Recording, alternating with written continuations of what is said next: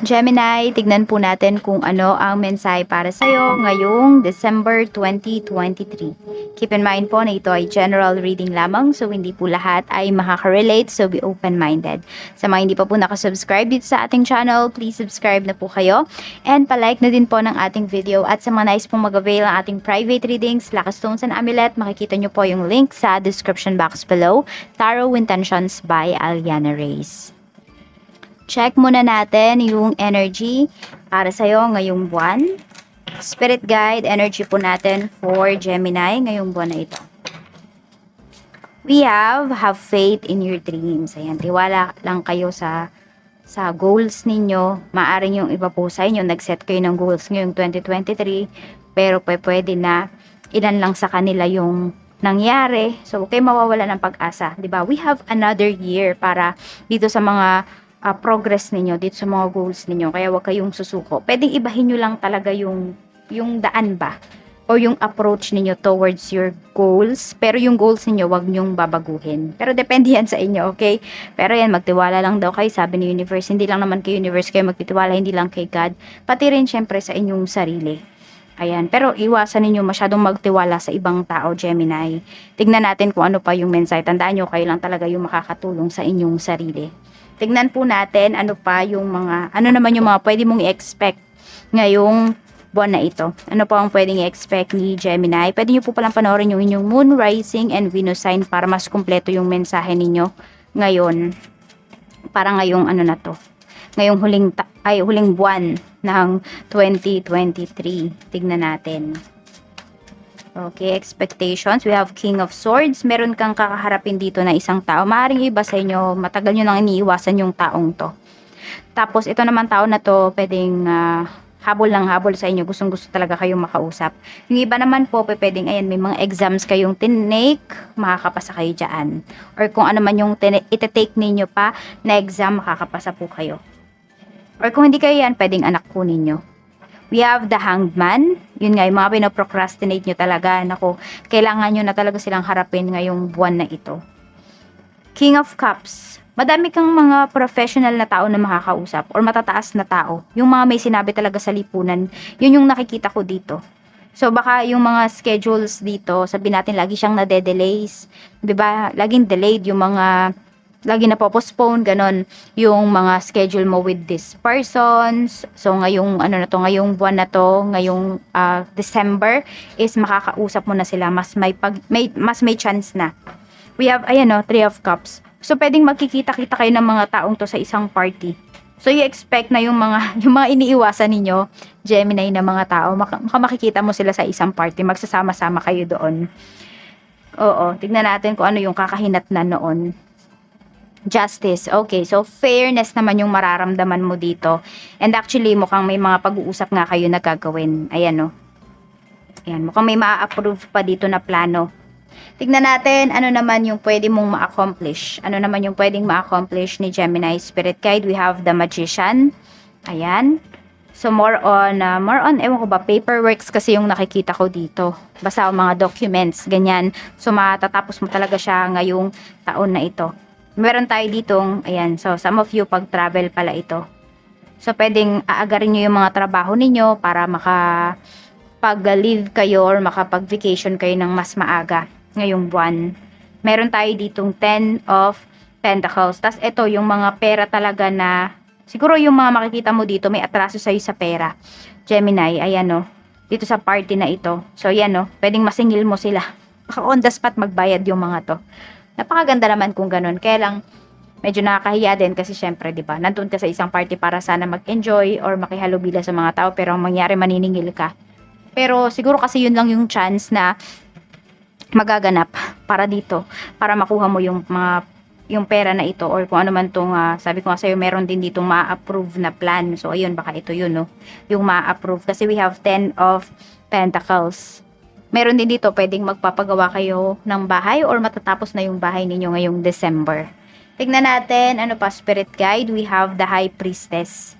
More on talaga to, more on exams din yung nakikita ko dito. So, kung meron kayong mga examinations na gagawin or interviews ngayong buwan na to, makakapasa talaga kayo. Tignan natin ano naman yung negative na pwedeng mangyari sa'yo. Ito, pwede mo tong iwasan.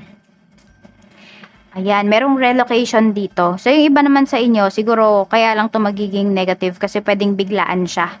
So, may relocation kasi. Tapos, meron ding mga pag-uusap dito. So, medyo mag-ingat ka na lang dun sa mga sasabihin mo kasi pwedeng ano ka dito, ma-misunderstood ka. Ma-misinterpret yung mga sasabihin mo.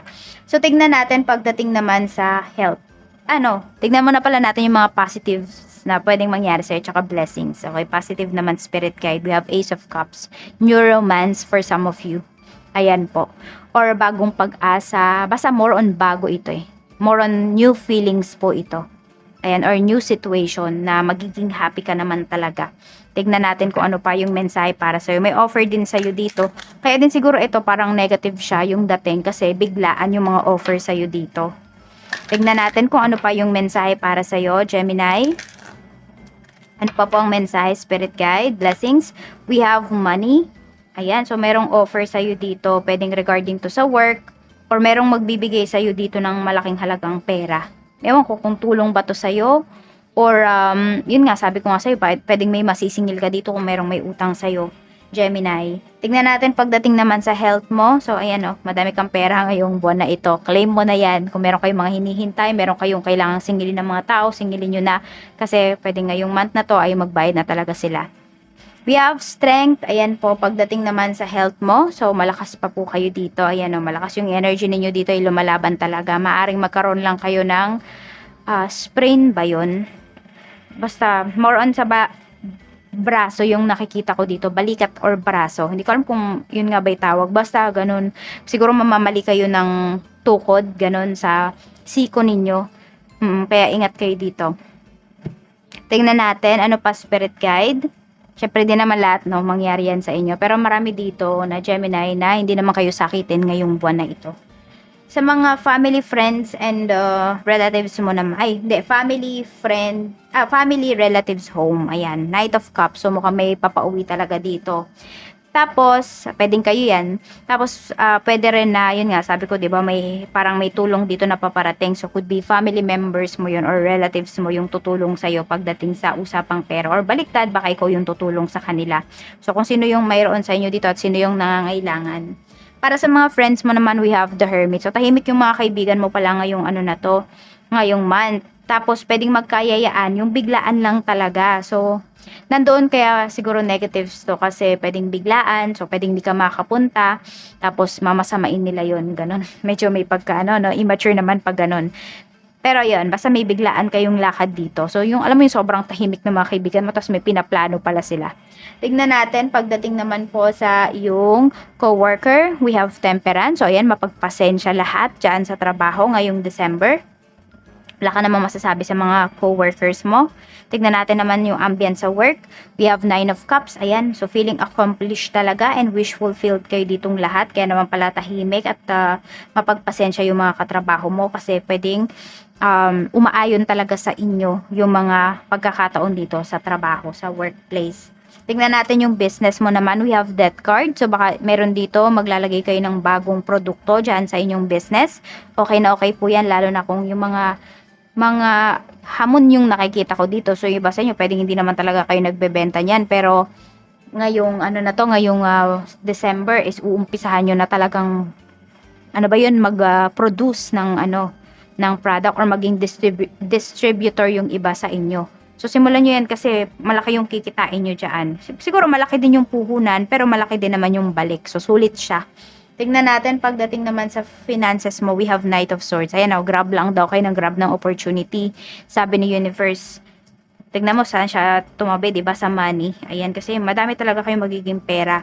Kailangan lang talaga, tignan ninyo, ano ba yung pwede ninyong pagkakitaan, ano ba yung other source of income na pwede ninyong pasukin.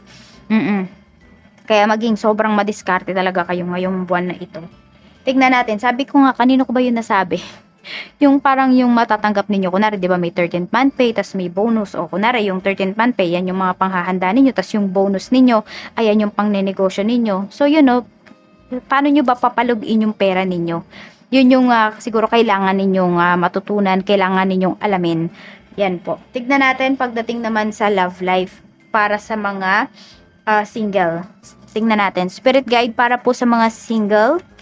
Para po sa mga single na Gemini. Kamusta po ngayong buwan na ito? Para sa mga single na Gemini. Okay.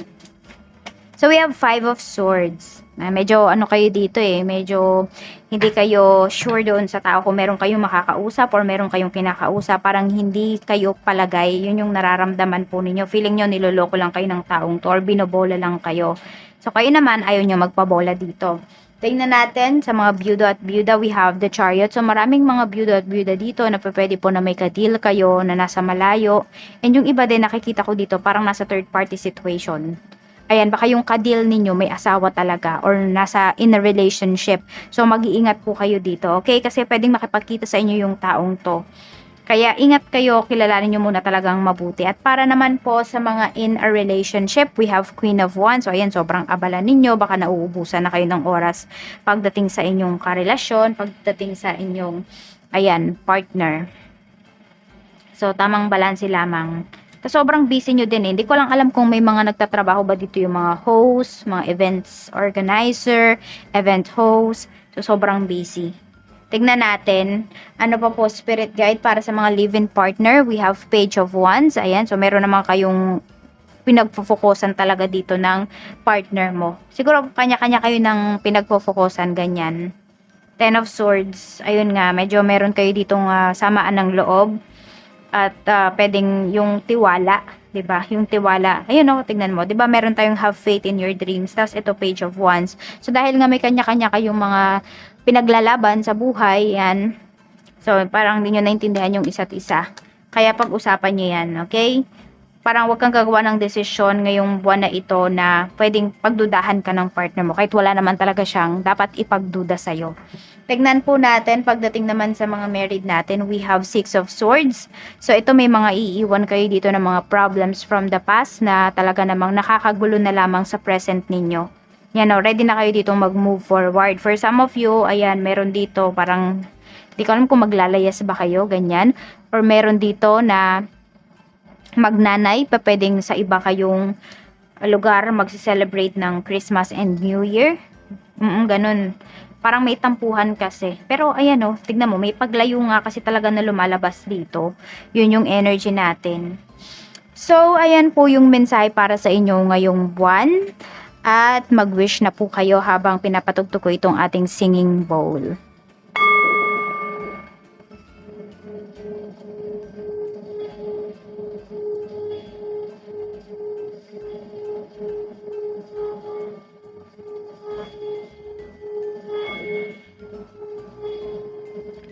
Wish fulfilled, Gemini.